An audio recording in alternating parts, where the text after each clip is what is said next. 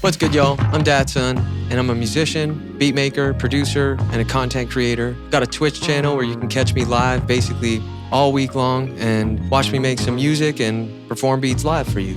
Native Instruments and iZotope have partnered up for a super special sale where you can get Complete 13 and iZotope's flagship music production suite 4.1 with pretty wild savings right now. So make sure you check the link in the description for more information on that. The bundle includes all high quality sounds and tools to help you get creative, fix and repair any of your live recordings, mix and master your tracks, and from beginning to end have a finished song.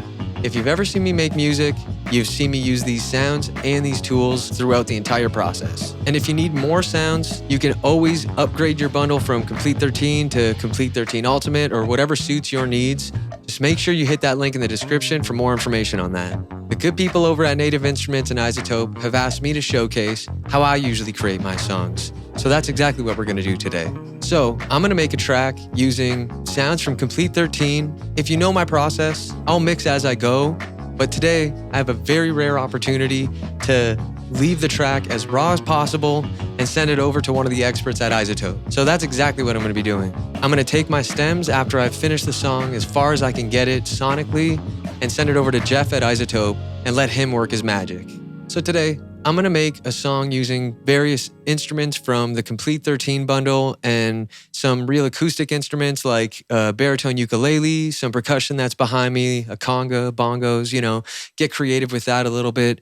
And I'm gonna kind of try and capture just, a bit more of a spacious vibe and some cool sounds going, We're gonna write a song today. Let's do this. Okay, so I've got Ableton Live open here.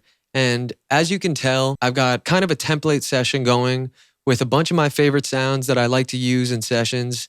And it's kind of set up in a way that I can just plug and play and start to get creative with it. So I'll go through some of those really quickly. I got session horns open, absolutely beautiful sounding brass. I've got the Scarby Mark I, which is a great modeled electric piano. Retro machines. I got the Poly Pad, and a lot of these I'm going to be playing with. I'm not sure how many of these I'll use, but I've got them in the session just in case, if inspiration strikes and we want to layer some stuff, I won't have to spend too much time digging for those sounds. So I've also got the Lo-Fi Glow plugin, Scarby Rickenbacker bass with one of my favorite presets, the palm muted dub bass. If y'all haven't checked this out, this is one of the best bass sounds. I've also got the session strings open, much like the session horns, absolutely beautiful quartet sounds. I got the Noir piano. This thing is wild. Always gets the creative juices flowing that way. As you can see, I've also got the uke tracks already made, my vocal tracks. These are just starting tracks though.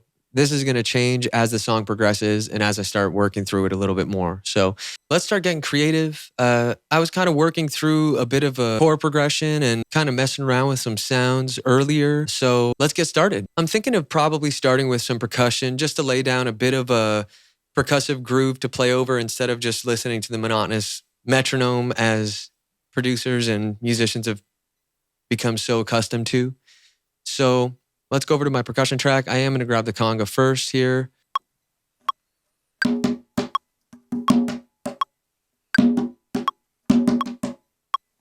I like to sometimes take the same conga recording and just duplicate two different sections of it and layer them and see if that kind of gives a little bit of a different swing and stuff. So let's see.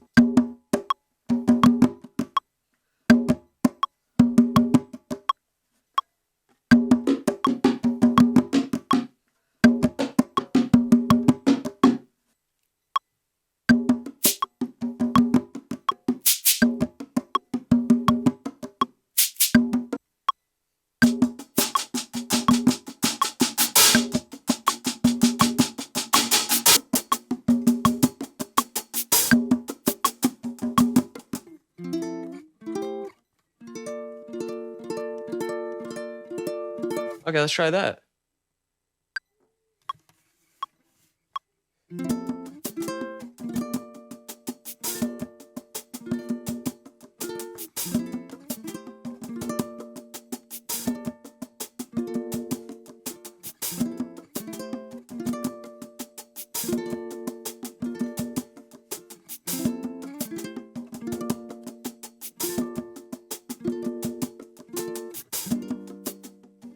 That's not too bad.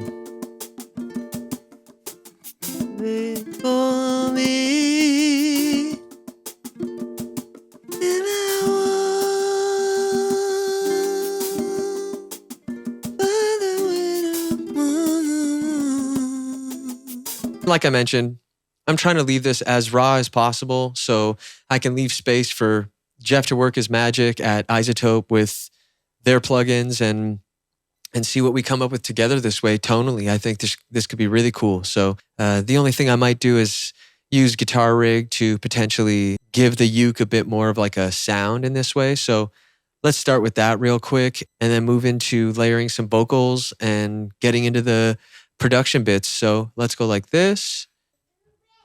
I hear my little guy coming. Holy cow. Fast guy. Maybe I'll look for a wah effect.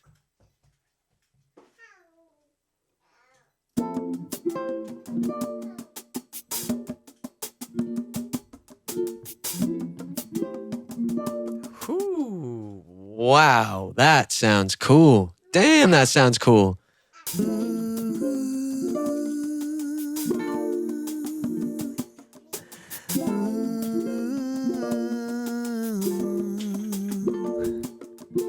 Okay, so now had a little bit of an intermission there, had to go dad mode, and I was listening to where I left off from. And now that we have the uke sound, you know, with that wah effect from Guitar Rig 6 and the percussion loop set up, I'm going to start layering some vocals in. And I think, you know, I always try and let the song develop a bit just as I sort of dig in to the idea more. And I'll probably change up the arrangement a little bit and start to treat it more like it's almost like a sample that I'm then going to flip within the session. So I'm going to try to do something interesting like that along the way. So let's get into this right now. Okay.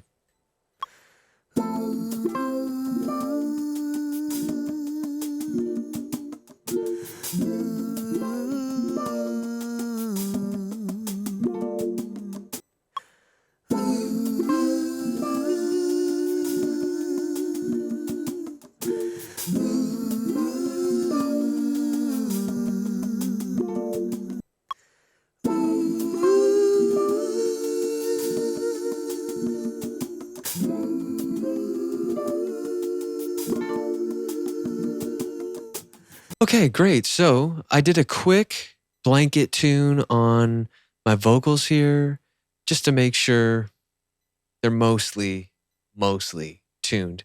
I'm just going to send it to the Roam reverb channel I have here, the return, and use that for now.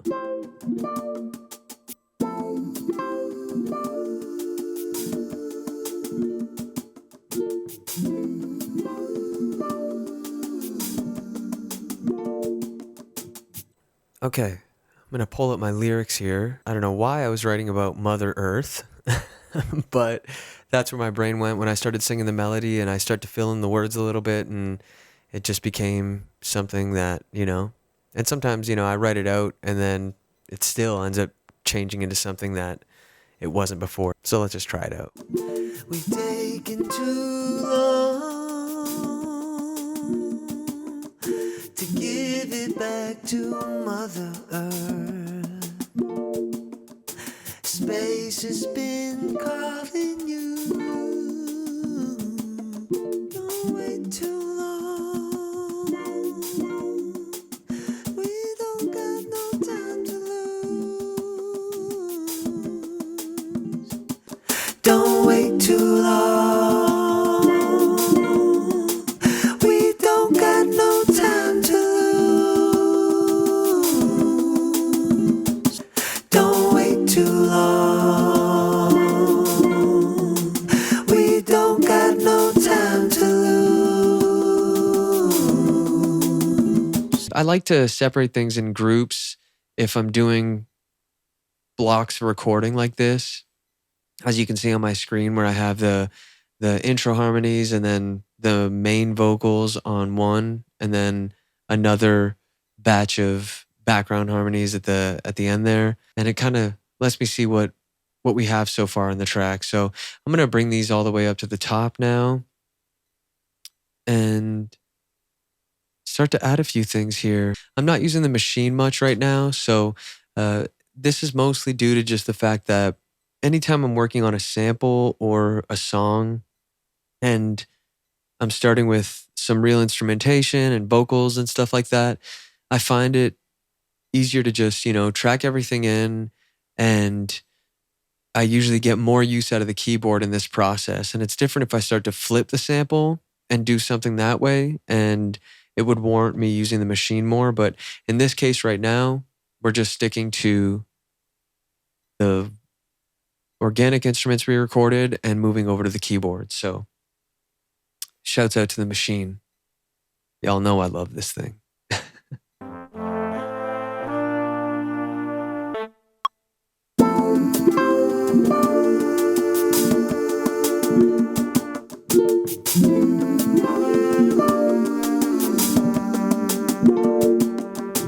And just wash it out a little bit.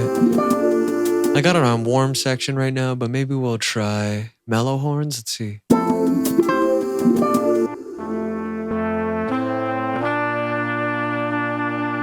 That's pretty nice. We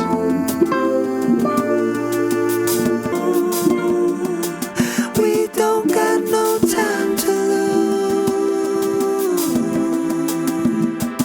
and we'll fade some more. Oh man, I really like that.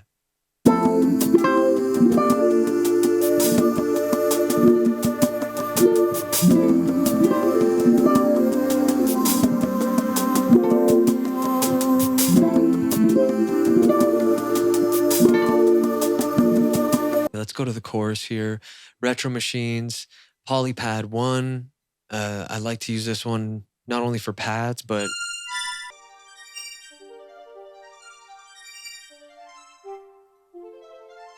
don't wait too long. We don't got no time to lose. Don't wait too long. We don't got no time to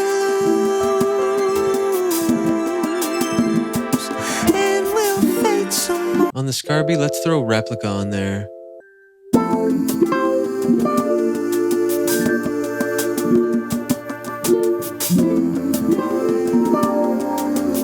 Don't wait too long. We don't got no time to lose, and we'll fade some more. Better know the truth. Don't wait too long.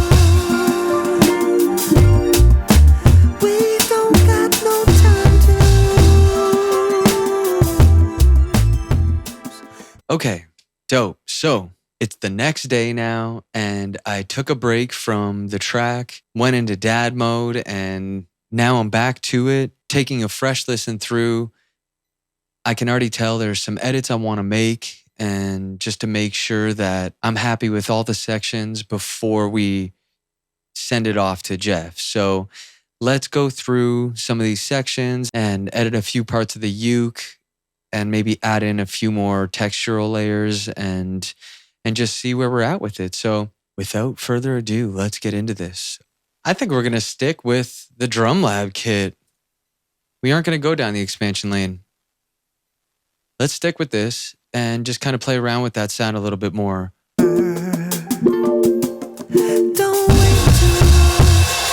Obviously, it's a bit crushed right now, no doubt. So let's hear.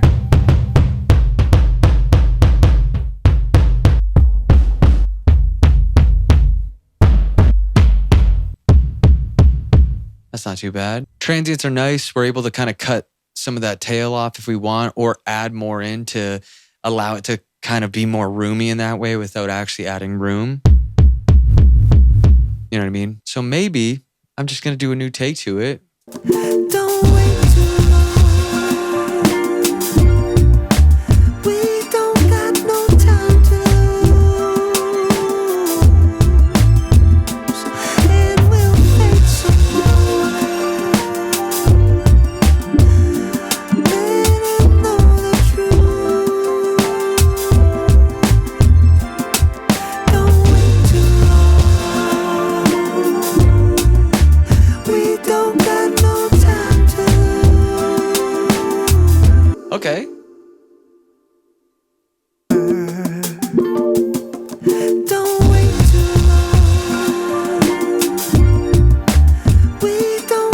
These are pretty crunchy drums, but it's kind of cool in the context of it.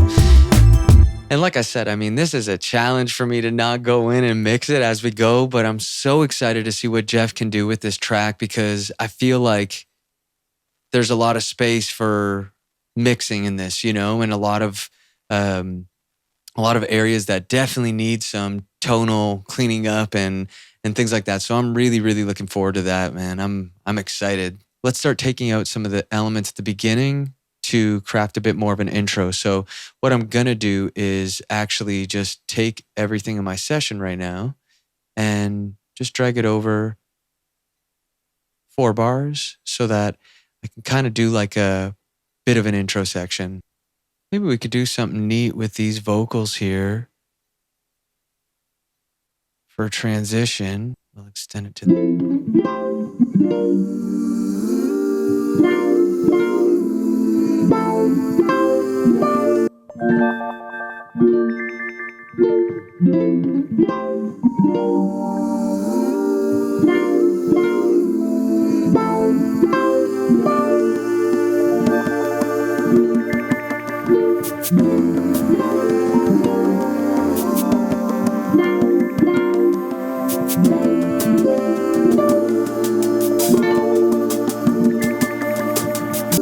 I'm gonna copy this and make it kind of like the outro piece, you know, because we're not gonna go too deep into writing like another verse and recording another hook in. We're gonna keep this one short and tight in that way.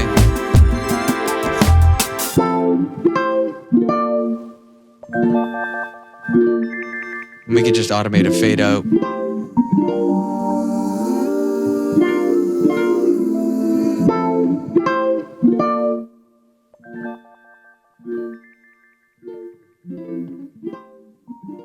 Okay, beauty. So let's put in stutter edit, and maybe we got to do it on the vocals.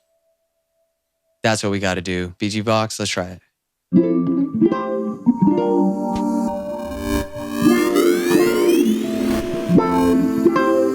See what I mean? Okay, so now.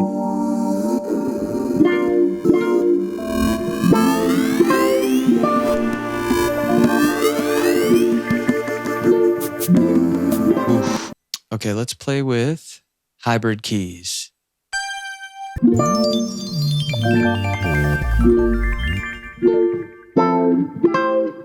Hey, that is cool.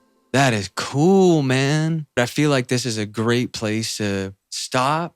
And I'd say let's give Jeff a FaceTime call right now.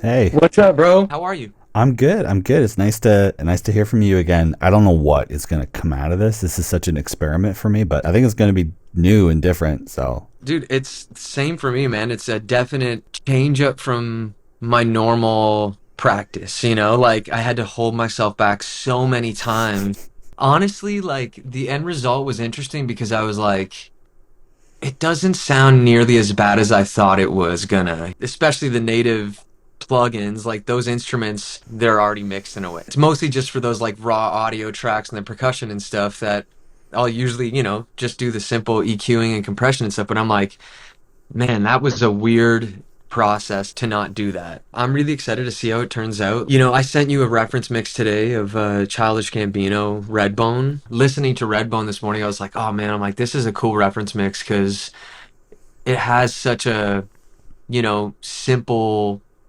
sort of production in that it's like not a lot is going on, you know, and it showcases his vocals in that way, especially when those backgrounds come in for the hook and it goes total stereo in a way, you know. So it's just really interesting. I feel like that's kind of a neat reference mix. I want to drill down a little bit on the reference because I think sometimes people, when they have that reference, they're thinking, well, I want maybe just my vocals to sound like you know, Childish or Donald, whatever, or no, I want the whole vibe of the way it opens up and the way it closes and the way that, you know, we hard pan the vocals at the chorus, like you said. So when I listened to the rough that you sent over, you know, the one thing I noticed right away when I compared it to the Childish Gambino track is like he's singing like falsetto for I think most of the track, super pinched, and maybe I would say like head voice, whereas you're going a little bit more full frequency. So when I'm thinking about like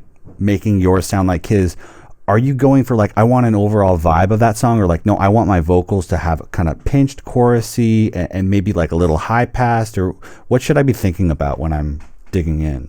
What I love the most about that track, I think, is his vocals and where they sit.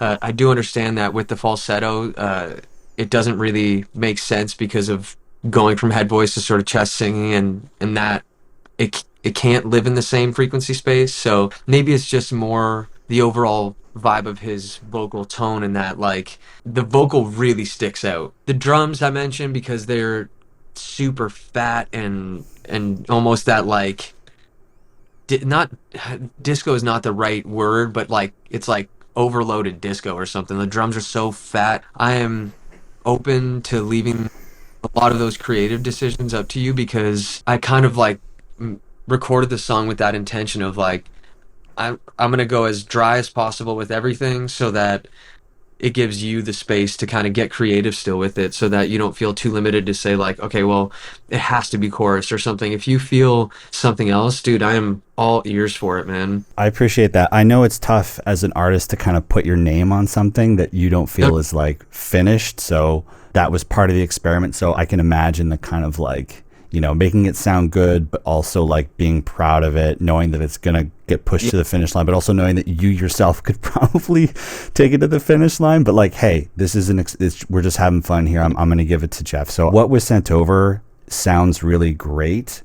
It can benefit from mixing and mastering, but the fact that it sounds so good right there is going to make it easier to mix. If you have something that sounds really like the foundation is there and well record, you know, good mic, good singer, good preamp, good cable, you know, equals good result.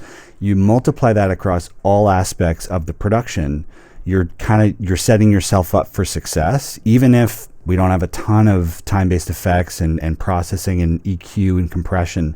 The song almost sometimes kind of mixes itself, and there's, as a mixer or mastering engineer, sometimes it's like knowing when to leave things alone and be like, I'm not going to put makeup on this. It's already very attractive. I don't need to add a bunch of stuff. So it's always nice to get something that's already so kind of on its way there. And now for me, it's just like not messing it up, right? You know, if you feel like doing any fun effects on vocals on anything, man, just the ball is in your court. Now, for the mastering portion, I don't know if you have strong opinions. I think we're kind of more focused on the mix itself, but when you think of Redbone, are you as a reference, are you thinking about that that track on a mastering level? So I really like its, you know, it's literal level, you know. I mean, it's tough to judge how loud things are when things go on streaming services and everything is kind of normalized, but is there anything on the master side that you want to make sure I know about? Because I will do a bit of a rough master just to, you know, get it competitive and sounding good, and also making sure that it translates across different devices. But anything on the mastering side? Not really, man. You know, like I always found that, and maybe this is just because, again, like I can speak for most independent producers and songwriters that don't have budget to just like send to a mastering engineer. I got so used to just like mastering my stuff, and I always call it pseudo masters, where I'm using a plugin instead of sending it out to someone. And I always found that, you know, it just kind of like excites the track. You know, it adds that extra bit of life into it, whether it's through giving it a bit more spread or drive, you know, filling out the bottom end a tiny bit more and the highs as well. And when I listen to Redbone, I feel like that song is, personally, I really like how it's mixed and mastered, because everything sits so nicely in it that there's nothing like abrasive. There's nothing, when something on the top end kicks in, it's not like, ow, my ears, you know. And I find that even with professional mastering, you can still get that where, like you said, it's hard to gauge the loudness of something when it can only be so loud. And it's more about those like specific frequency ranges that are being hit if it's a certain type of snare drum or whatever it might be, you know. when it comes to the mastering of it, it's more just like I like when mastering just takes a track and lifts it up that little bit, because I do believe that a good mix should speak on its own, like that's like the most important. And then that mastering is like that little bit for me to just kind of like sweeten it up. Dude, listen, okay, well, I won't keep you. Do you, bro? Do you, man? Okay, all right. Hey there, Jeff Manchester here from iZotope. Now, it's been a couple of days since my chat with Datsun, where he gave me his overall feelings about where he wanted the mix to go. In fact, he gave me a reference, Redbone by Childish Gambino. And since our call, I've been experimenting in Pro Tools, trying to get his mix to kind of conform to the overall energy profile of Redbone. And I did this by loading up tonal balance control on the master bus, and then I dragged in a high quality wave file of Redbone, and I've been using that as a target to measure my mix kind of against that reference. And to be frank, the more I try to push Datsun's mix into the sonic territory of Redbone, the less I liked what I was doing, and the more I felt like I'm actually doing harm to this mix because I'm making it into something that it maybe doesn't want to be. And so I pulled back and I decided to take the deer rifle out instead of the rocket launcher, so to speak, and take some elements of Redbone, like the pinched chorusy vocals, and bring those into the Datsun track. One of the things that struck me about the demo that Datsun sent over was just how good it was to begin with. I think that's a testament, A, to Datsun's talent as a producer, as a singer, but also a testament to the quality of the Native Instruments libraries and samples. They just sound really great, and if you know what you're doing, the mixing is often just like, whoa, I'm going to leave this alone. I'll go a little bit here, add a bit of blue there, a bit of green there. I'm not going to go crazy. So I didn't go crazy, but I did manage to bring in some aspects of the Redbone mix. Enough talking. Why don't we first listen to the demo that I was sent, and then the mix and rough master that I created, and then we'll head in and go through the highlights of the mixing process itself on this track. Okay, so let's go between the mixes, starting with Datsun's demo and then my kind of final mix and rough master. I should say that both are pretty much loudness matched. What Datsun sent me originally was already pretty hot, but we'll try to do as equal a comparison as we can here using the solo function in Logic, and then we'll hop into the mix itself in Pro Tools. We've taken too long to give it back to Mother Earth. Space has been calling you, and I wonder what it'd say to her. Don't wait too long. We don't got no time to lose, and we'll make some more. Let it know the truth. Don't wait too long. We don't got no time to lose, and we'll make some more.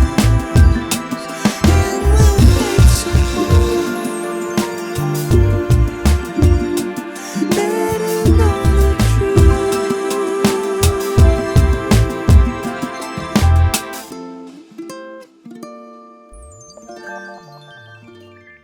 Okay, now let's head into the mix session. Okay, so we are now in Pro Tools where I mix this. I just want to call out the highlights of this mix as I see them, but suffice to say, when you guys are, mixing, it's really important to organize things in a way that makes sense to you and not have everything the same color or unlabeled. So you know what your tracks are at a glance. You know that by color grouping, hey, guitars are green or percussion is purple. I go with the color and the name and things like that. Vocals are red. And then I can just really quickly navigate my session and know what I need to do next and where I am. If you don't have a session that's navigable because you haven't, color coded or done any of these organizational tricks, Mixing is hard enough, and that'll just make mixing even harder. So I just recommend that you do that. I want to start with a couple of highlights. And really the first thing I think any mixer should do is go through and literally listen to everything. And this is done usually in the organizational process where you're like, what's this? Oh, it's a guitar. I'll type in guitar. And you're also listening for any issues that might arise that you might want to take care of before you get to mixing. And issues, I just mean like housekeeping stuff like plosives or mouth clicks or breaths or anything like that. Now, luckily, I didn't have too much from Datsun. However, I did notice he's using what looks to be a TLM 103, a Neumann mic, which are, it's a very rich, great microphone, but it's also a little bright and it can accentuate, stuff like breaths and clicks and things like that. So I was just making sure to note that for when I got the tracks. And as it happens, on the main vocal here, there's a couple of small issues that I think we should just go in and identify and take care of right away, even though this is largely mixed. The first one is some breaths. So there's a couple of ways that we can deal with some sharp intakes of air. And by the way, you can kind of hear them here if I just zoom in. We've taken too long to give it back to Mother Earth. Space. So they're a little sharp. They stick out. Breaths are okay. People breathe. It's a human thing.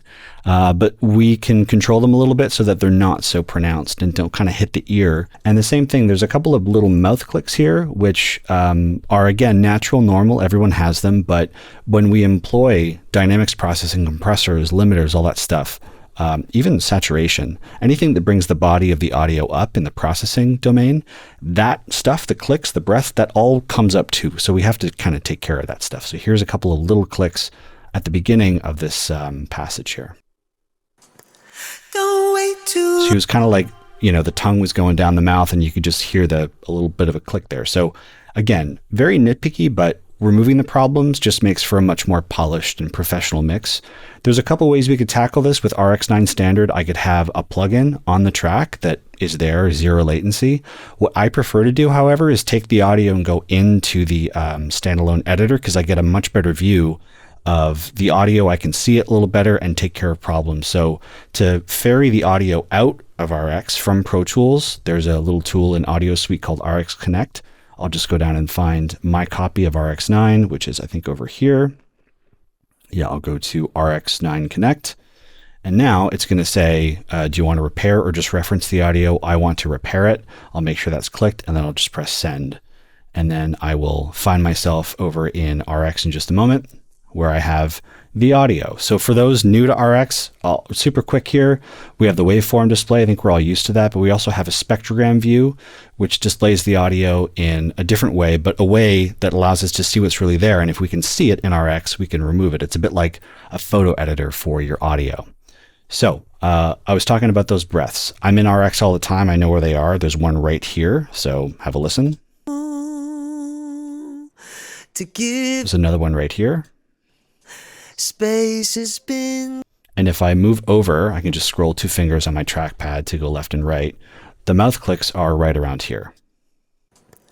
Don't wait too long. And of course, some more breaths. We don't. So really quickly here, I can call up breath control, which does what you think it's going to do. It's going to control the breaths. It can remove them completely or just attenuate, which means to make quieter, so that they're not completely gone. They're there, but they're not kind of hitting you in the face. I'm going to use it in gain mode here. I want to bring the breaths down by minus 14.2 decibels, and the sensitivity, how hard the plugin's looking for the breaths, I'm just going to leave it here at 72. If I want to make sure that the module's only capturing the breaths, I'll press output breaths only and press preview. And now it's going to go through and hopefully only play back the breaths, because that will let me know and give me confirmation that the module's just looking for breaths, and it will just attenuate or make quieter the breaths. If I hear any articulation of words in there, I'll probably have to rethink my settings on the gain and sensitivity side, mostly the sensitivity side. So I'll press preview.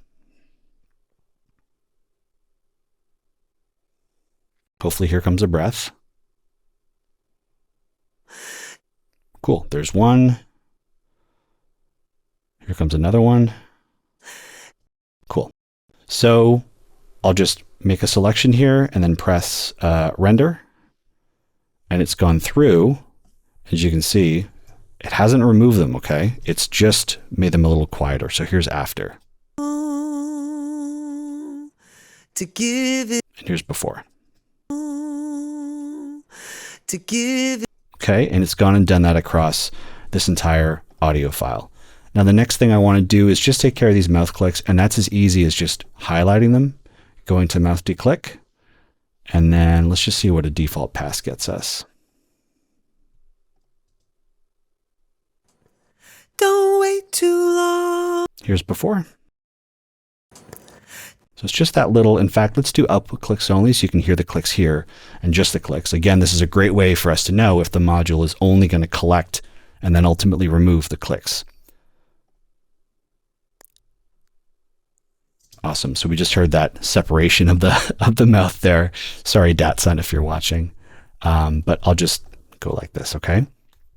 And then when I'm ready, I just send the audio right back into RX by pressing, send it back into Pro Tools by pressing send back. And now it's like, hey, I'm ready to commit the changes. Let's do this. So I just press render, and it's going to overwrite that file with fewer breaths and definitely no mouth clicks. And that's just one kind of step, especially in a vocal, which is king, right? That you can take to ensure that, you know, you don't have things that are distracting the listener, like a click or a breath or a pop or things like that. Okay, so let's actually talk about this vocal, which sounds beautiful. Datsun has a great voice, and I was able to impart a little bit of that Redbone vibe onto his vocal. So I'm going to solo the vocal, and I have my send effects that are also solo safe, so we're going to hear those and the vocal together. We've taken too long to give it back to Mother Earth. Space has been calling you, and I wonder what it'd say to her. If I open up Nectar, you can see that I have a chain going left to right here. Pitch is not on. If I want it to be on, I'll press correction, but it's off. But it's usually the first one in the chain. I've got my first EQ, and this kind of speaks to the housekeeping I was mentioning earlier with RX. I want to make sure that I'm controlling for any resonances or just frequencies I don't like and don't want to be accentuated with further processing down the line. As it is, there's a little bit of mud here on the low end, and remember, we wanted to go for a Childish Gambino type vocal, which is pinched and chorusy. Now, Datsun isn't singing with that kind of croaky James Blake falsetto that Childish Gambino sings with, but he's still singing with a head voice. So I'm still able to bring in a little bit of that vibe here by scooping out some of these lows here and then de-essing. It's very important to de-ess. I have a de-esser right afterwards. And then I'm doing a bit of a boost here with my EQ. And then I'm compressing, and then I have this dimension module, which is going to give me that chorusing effect. Let me just take everything off so you can hear the vocal as it kind of arrived to me. I'm also going to take off the sends, which are going to some other reverbs and things like that. So here's the vocal just dry. We've taken too long to give it back to Mother Earth. Space has been calling you, and I wonder what it'd say to her. And of course, when I bring it on, I'm still going to not have my sound effects coming in, some reverbs and stuff we'll talk about, but here's just the Nectar settings here. We've taken too long to give it back to Mother Earth. Space has been calling you. So again, we're just pinching the vocals, bringing them up, adding a bit of dimension, a bit of chorus to bring them out a bit in width, and I think that goes a long way. Now, I also have a couple of send effects that are going to Neoverb, which is the iZotope 3 algorithms in one, if not more, dedicated reverb plugin. But it sounds like this when all the effects are on. We've taken too long to give it back to Mother Earth. And everything off. Space has been calling you, and I And everything on. wonder what it'd say to her. So The other thing that I want to call out here is if you don't know where to start with your vocal mixing, let me just disable Nectar. Here's how I actually literally came up with my vocal chain. I just typed in Nectar and Pro Tools. It just comes up as you type. Nectar 3. And I went to the Vocal Assistant, which is right here in the center of the plugin.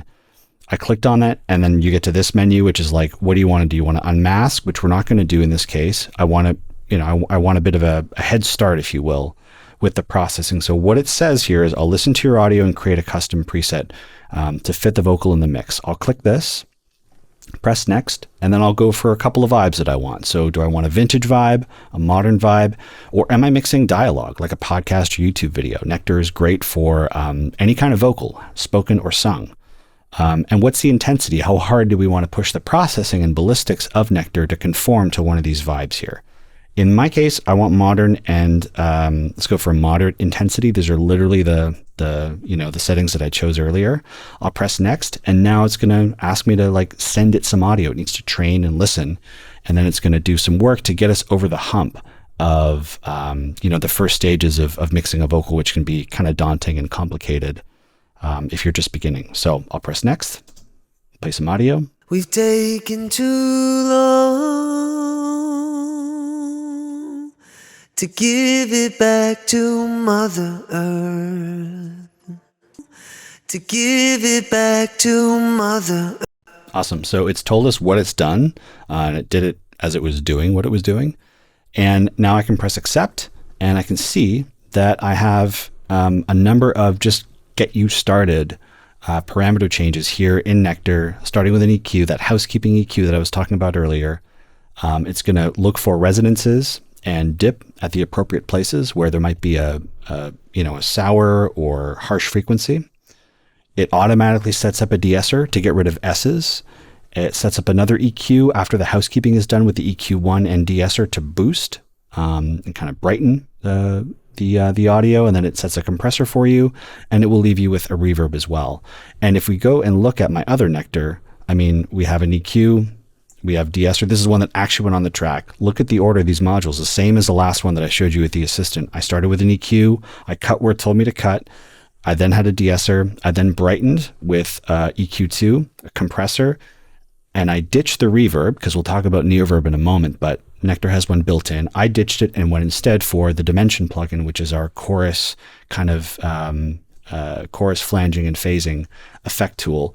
And I did that by going to this plus button, and from here I can choose a bunch of other modules. There's harmony, there's saturation, there's delay. I think I kind of knew what I wanted based on the reference I was given, so I only went for Dimension as the extra one and got rid of reverb. But as you can see, hit the plus button, you can add another compressor, hit the plus button, you can add a dedicated delay, all in line, and it's really easy just to get over the hump and then get creative with your vocal mixing. So if we head over here to main VX vocal verb, I have an instance of Neoverb, which I also used our Assistant to get me a good kind of starting point for this vocal. So let's first start with the Neoverb off, and then I'll bring it in. Let me call it up on the screen here. We've taken too long to give it back to Mother Earth. Let's bring it in. Space has been calling you, and I wonder what it'd say to her. So again, I used the Assistant, and it came up and helped me come up with these settings here that you see. I'm kind of straddling a large chamber and a plate sound here, but if I want, I can go up and move this little circle and head more to an early reflection sound or go even deeper into the plate. That's the great thing about Neoverb, is that you don't have to set up a bunch of sends with a bunch of different reverb algorithms. You can blend all in one plugin so that you can get your large chamber and also get the kind of tight sound that would be great on vocals with a plate, and even blend some early reflections in should you so choose. And there's two EQs down here that allow you to sculpt the sound going into the reverb so that you don't get a big muddy mess when you actually go to mix. So if we want, we can actually, let me just start over so that you can see how I came up with that preset. I'll call up Neoverb here. And let's walk through this together. So right now I'm still sending to this track, but I've muted the original Neoverb. And what I'm going to do is head to the Assistant, Now, the great thing about Neoverb is that I can actually use the assistant to find the sound that I want as the audio plays back, so I can hear the reverb in context. And when I press next on the assistant button there at the bottom of the screen, it'll go through and automatically sculpt the sound with the two EQs such that the reverb isn't masking itself. It's not masking the dry vocal. No muddy frequencies are going into the reverb that are being further accentuated. It's actually really clever. So I'll just play this back and I'll see if I can get the same sound that I got originally with the assistant. So I'll play this back now. We've taken too long. First thing I'm going to do is make sure this is 100% wet. To give it back to Mother Earth. Don't really like realistic. Let's go dramatic. Space has been calling you. I have another reverb that's triggering there. So let me go to this first part of the audio and further sculpt the size and tone of the reverb. We've taken too long. I really like XL as the size. And let's go for a couple different tones, starting with clean. We've taken too long. Let's try dark. To give it back to Mother Earth. Let's try airy. We've taken too long. Actually, just really like clean. So what I'm going to do is leave it on clean, hit next. And again, it wants to hear the audio so that it can hear the dry signal, measure it against the wet reverberant signal, clear any masking issues, and give us a great kind of tight, but you know what, with reverb sound on the vocal. We've taken too long to give it back to Mother Earth. I'll press accept. And as it is, we've ended up a little bit lower than before. It's still a great sound, but I'm going to move it a little over here and I'm going to change the hall into a large chamber. We have two EQs, a pre-EQ, which will affect the dry signal and make sure that no kind of resonant frequencies go into the reverb, which is here in this reverb EQ here. This represents the EQ of the reverb tail. And it didn't detect any masking, but I can go here and make sure that I prevent the high frequencies from getting reverb, which often creates a kind of splashy sound. We've taken too long. I can prevent the low frequencies from getting, a wash with reverb, which can also cause some kind of muddiness and buildup. We've taken too long. And also some people, I like to do a bit of a dip in the mid-range because that's usually where a lot of the words are and articulation lives in a vocal. I like to dip that out so that it's not affected or processed that much with reverb. And I can also just go here and just get just spend some time sculpting the perfect kind of after EQ there and change the shapes if I want to. I can go to a shelf or a high pass. So it's very modular, but it's also really simple just to get started quickly and then keep moving. And so this is kind of what we came up with here. We've taken too long to give it back to Mother Earth. I do want to call out one more thing that I did. I have another vocal ride reverb here. This is another Neoverb that I have. It's in the same kind of way. I'm going hard on the large chamber, and that's because I really wanted to accentuate a couple of words that Datsun sang. And if I go over here, you can see the rides that I'm making on this reverb send. So you can see that I just used the pencil tool, and I wanted to, he sings about going into space or like space is calling you. And I thought like it'd be cool if those words kind of floated and went into orbit. So just so you can see how that kind of works. Datsun's mix sounded great. So there wasn't that much for me to do. So I had to find, my own little moments to accentuate and highlight. So here's one. Listen for when these rides come in. We can just accent certain words and just kind of kiss them with reverb as they float away into space. Space has been calling you, and I wonder what it'd say to her.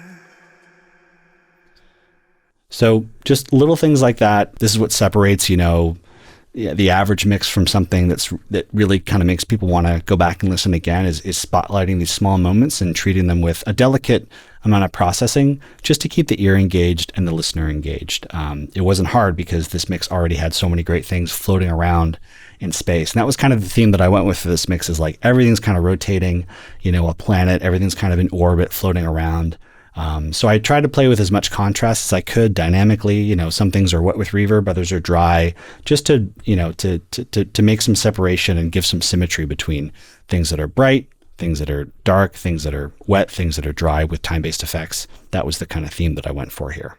So one more thing that I want to call out in the spirit of, vocal mixing and getting a great vocal sound is one thing that I'll often do when I have a mix like this where the vocal is so critical, but there's a lot of frequency-rich information. It's not just an 808 and maybe like a keyboard and a vocal. We have all kinds of stuff, like I said, just orbiting around this track, and Datsun's voice is I'll go into stuff that I think might be competing with his vocal, and I'll just notch out the first thing I'll do. Let's just go to what's a good track to showcase this on here. The Scarby track here. So I have a Neutron, and I only have one module here, even though I can load a bunch in this mothership, which also fits with the space theme. We do call it a mothership though, because I can add a bunch more plugins over here like this on the top. So let me just cancel out of those. I'll do a high pass, allowing the highs to pass, right? And cutting out some of the lows with a pretty gentle flat high pass filter shape. And then I'll dip at around 2K. And I do this across a lot of tracks. You'll see this all. In fact, I think I just, like option dragged to get the same thing, because I find that in my experience mixing and also learning from other people, that 2K, if you accentuate it on the vocal, it's a bit like the singer stepping forward a little bit. And so we have to reduce that information elsewhere to make that moment on the vocal, that kind of boost that we did at 2K, really pop. And taking away energy from competing instruments in that frequency domain is something that I think will go a long way, just again, presenting a much more kind of polished, cleaner mix. And you'll notice if I go back to Nectar, I didn't call this out, but if I go to the EQ, I have a boost at around 1K. So I am lifting some of that information out at 2K. So I really want things to get out of the way, especially in that range, to give that kind of sweetness and that tone to the vocal. So I'll go through and just duck 2K and also high pass to give me that presence. The other thing I want to call out is the kick and bass. Now we have a bit of a complicated situation here because we have Drum Lab, which is, one kind of entire drum kit. I've just soloed it here.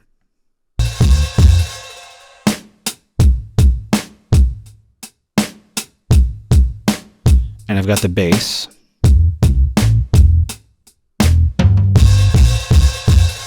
And one thing that I've done is I can pull up a Neutron just to see if there's any masking occurring between the kick and the bass. So right now we're on the Scarby bass. And you can see that I have the masking meter up here. And if I go to this drop-down menu, I can go find my Drum Lab Neutron, and I can call it up here. And you can see that there's also a Drum Lab Neutron right here, okay, in Neutron 3. So this just gives me a window into where any masking issues could be occurring. So if I play this back, watch for the orange flashes, which will indicate to me where there could be some masking between the kick and the bass, or the drums and the bass, really. And I'm doing this kind of viewing of masking from my bass track right now.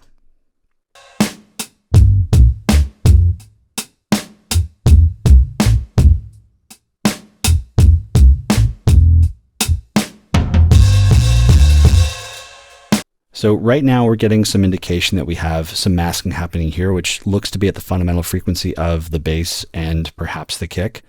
Now you've noticed that I've decided not to do anything about it because I just found that I did do some untangling earlier, but I actually prefer the masking where it is. It's happy masking. It's adding something. So, but at least knowing that those two things are happening and that clash is happening, that's information. I can do what I want with that information. I can choose to ignore it or act on it. In this case, I just kind of ignored it. But if I wanted to work to untangle the bass and the kick from each other, I could do it through this interplugin communication protocol that we have, where I can actually affect the EQ of the Drum Lab drum track all from my bass because I have a neutron on the drum track. So I go over here to the bottom and you see these two tabs here, the Scarby and the Drum Lab. This is not a Ghost EQ. I've actually tabbed over to the EQ while never leaving the bass track. And I can go over here, for example, and just add a cut to, let's say, give this frequency territory to the bass. And to prove that I just did that, if I open up the Drum Lab EQ, you see this cut that I did. And if I bring it back or make something kind of crazy just to show you, I'm talking to the EQs between plugins, and there's that boost right there on this tab. So it's just a good way for you to kind of see an effect change at a masking level without having to have both plugins floating, because you can just talk to both EQs here from one tool. And if I go over here, there's some more processing on the Drum Lab mix. I use low end focus in Ozone in the punchy mode, which is just going to increase the contrast of the transient information so that that kick really pokes through. And what I'll do is I'll solo both of these guys and I'll play the before and after of low end focus. And then I'll also play it in the context of the mix so you can hear what I think is that kick just poking out and being a bit more articulate and in your face. I noticed when I watched Datsun's video, he was really just grooving to the drums. And like, I want to respect that and make that a part of this track. And I felt that once I started my mixing, we lost a little bit of the integrity of those drums. And I'm bringing them back a little bit with low end focus here. So I'll go solo before and after, and then in the context of the mix before and after. So here's just the bass and the Drum Lab. So here's before.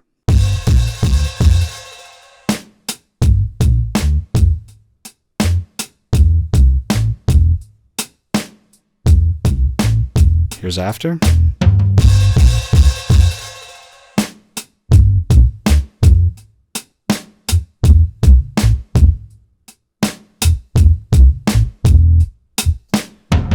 Okay, now listen in the context of the actual mix. Don't wait too long.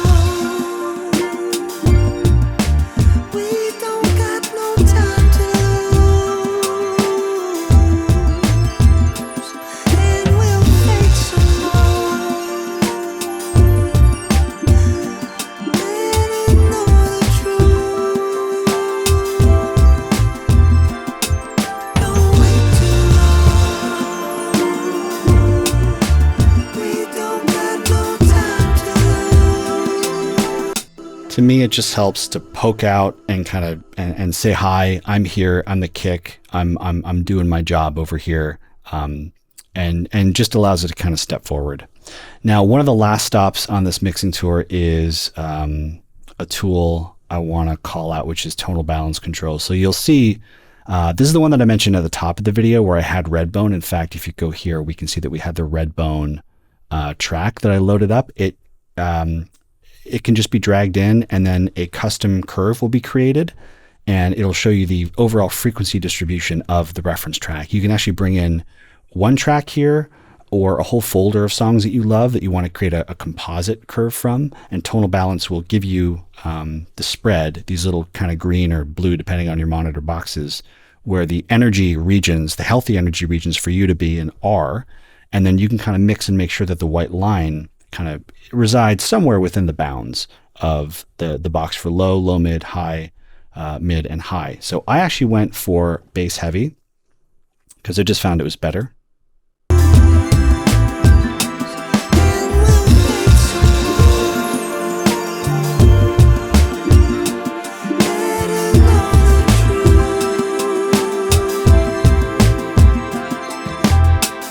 So what I'm seeing is I'm inbounds on these white lines in all the brackets. And one way that I can ensure that I'm inbounds is I can actually go to Ozone. Again, interplugin communication. I can call up Ozone, which is on the master bus just ahead of, I guess it's just upstream from tonal balance control. It's right here. I can call it up, and let me call up Ozone. And you can see that I have this little boost here at about, what's that? About 2K. And I can also bring up tonal balance control. And one of the fun things to do is just to try to push your tonal balance to meet the bass heavy or whatever target you have in there by small, subtle mastering moves. in Ozone with the equalizer, and I'll do that now just to give you a demonstration. We don't got no time to lose, and we'll make some more.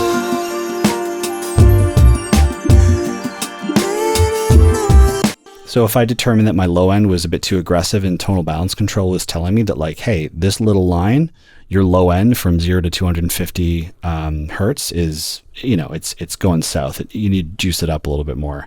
I could just bring this up, this node right here.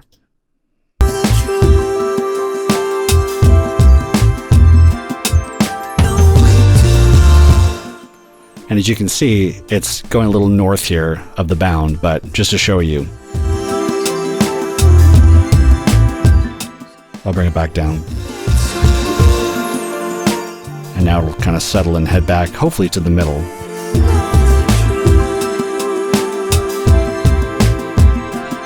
But that's just to show you that you can affect a lot of change across the mix by using tonal balance control, matching and kind of conforming to a target, and talking to different plugins in the session like Ozone. I can also talk to Neutron, to Relay, all from this tonal balance control reference suite to make sure I'm going in the right direction and doing what serves the overall mix.